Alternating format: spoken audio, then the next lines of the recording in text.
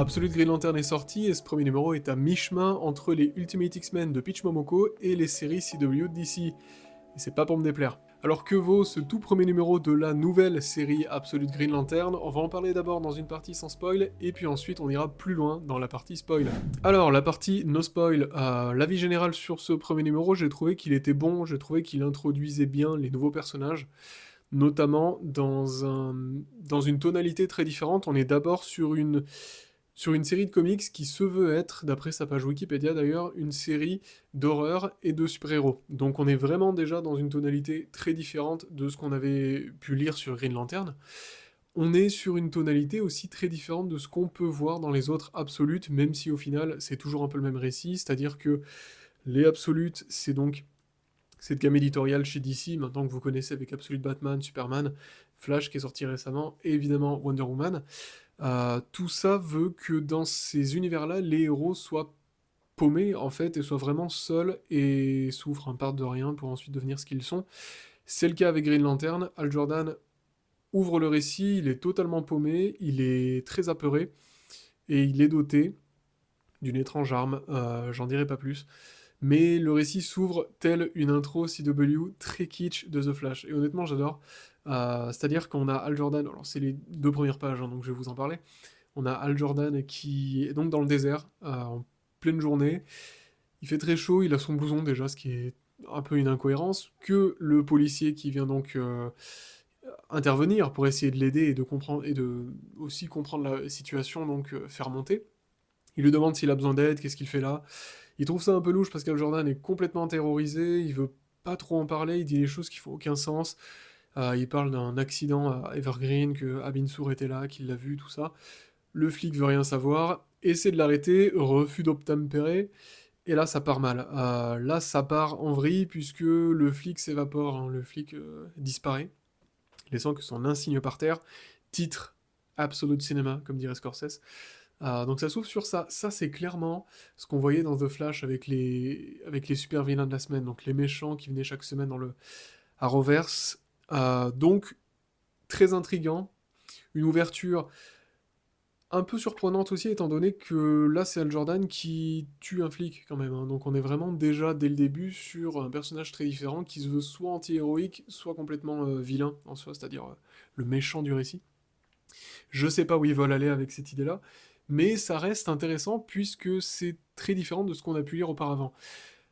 Le récit se lance après dans des flashbacks où on découvre donc les autres personnages de l'univers de Green Lantern sous un autre angle, donc avec Joe, un nouveau personnage il me semble, et Abin Sur et tout ce qui va avec. Ça reste très introductif, très surprenant, et ça vient surtout réécrire les codes de cet univers-là avec une dose d'horreur et de supernaturel qui, je trouve, est la bienvenue, qui est rafraîchissante, mais qui fait très goofy quand même, hein. C'est-à-dire que c'est très cool, mais alors, ouais, ça fait un peu série pour ados, quoi.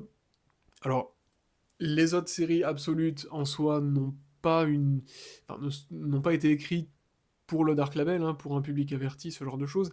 Mais là, je trouve qu'on est vraiment dans quelque chose qui est très over the top, très exagéré, euh, pas comme Batman, pas dans le même sens, mais qui est ici en tout cas, ouais, un peu goofy, un peu kitsch. Si vous aimez les séries CW de DC, vous rajoutez des éléments d'horreur dans les épisodes de Flash par exemple, où il y avait des introductions de vilains qui étaient un peu horrifiques, c'est un peu ça.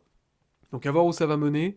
Il y a donc eu un incident sur la ville, une grande lanterne géante qui est tombée sur Evergreen, et donc qui est source de mystères et de bien de questions, et quelques réponses vous sont données heureusement dans ce premier épisode. Très intriguant. Pour les dessins, c'est là que ça bloque un peu, ça ressemble à un webtoon.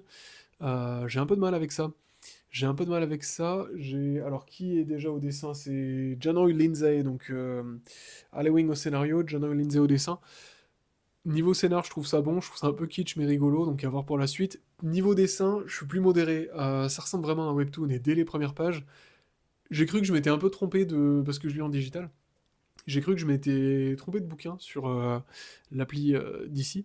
En fait, non, c'était bien ça. Donc ouais, ça fait un peu webtoon. Vraiment, je sais pas comment le décrire.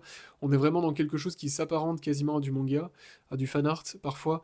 Non pas que ce soit mauvais, mais dans les lumières, il y a quelque chose qui fait un peu amateur, ou qui en tout cas dénote un peu. mais ça reste très dynamique, il y a quelques scènes un peu gore, ce qui m'a un peu surpris.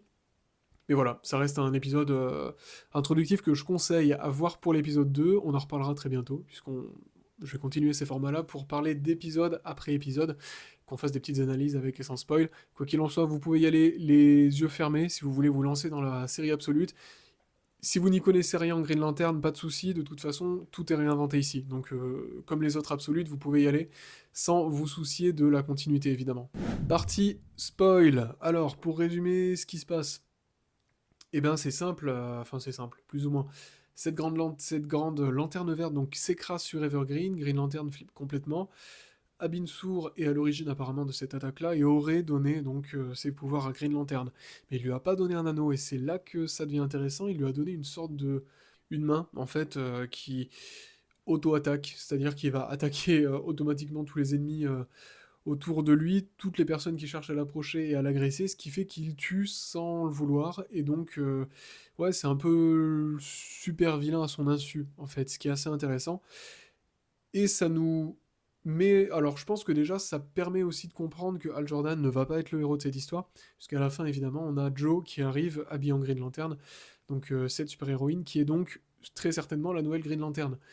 Je pense qu'elle va essayer d'aider par la suite Hal Jordan, qui va donc essayer de vaincre sa peur, puisqu'il a quand même tué beaucoup de gens dans ce dinner, là, dans lequel il s'était réfugié après l'attaque, parce que ils essayaient de l'approcher, après bon, il paraissait louche, donc ils lui ont demandé de sortir les mains de ses poches, parce qu'il garde sa main dans sa poche, évidemment, parce que sa main attaque automatiquement, et donc il a choisi de... Bah il a choisi, non, la main a choisi en tout cas d'éliminer tout le monde, donc il est responsable de plusieurs meurtres. Et son ami Joe vient essayer de l'aider à la fin. Donc voilà, je pense que lui va être le méchant de cette série-là, ce qui est assez intéressant. Mais voilà, j'ai peur que ça aille vraiment dans quelque chose de très très kitsch et qui soit un peu moyen en fait.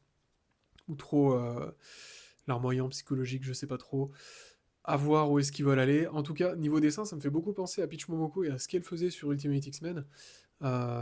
Notamment dans les pouvoirs avec cette main, moi ça m'a beaucoup fait penser à ça. Mais voilà, pour la suite, la nouvelle Green Lantern est donc cette personnage, donc Joe, qui est assez intéressante, mais qui manque un peu de développement évidemment dans ce premier épisode, puisque le focus était vraiment sur Hal Jordan pour le twist de fin qui montre justement qu'Hal Jordan n'est pas Green Lantern, mais serait potentiellement le bad guy.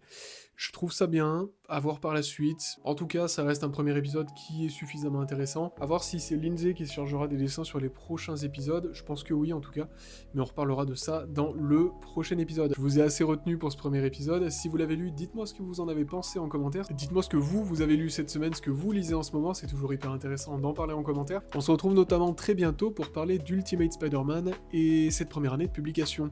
Savoir s'il était cool ou pas en tout cas. A très bientôt, merci d'avoir regardé cette vidéo et bonne lecture à tous.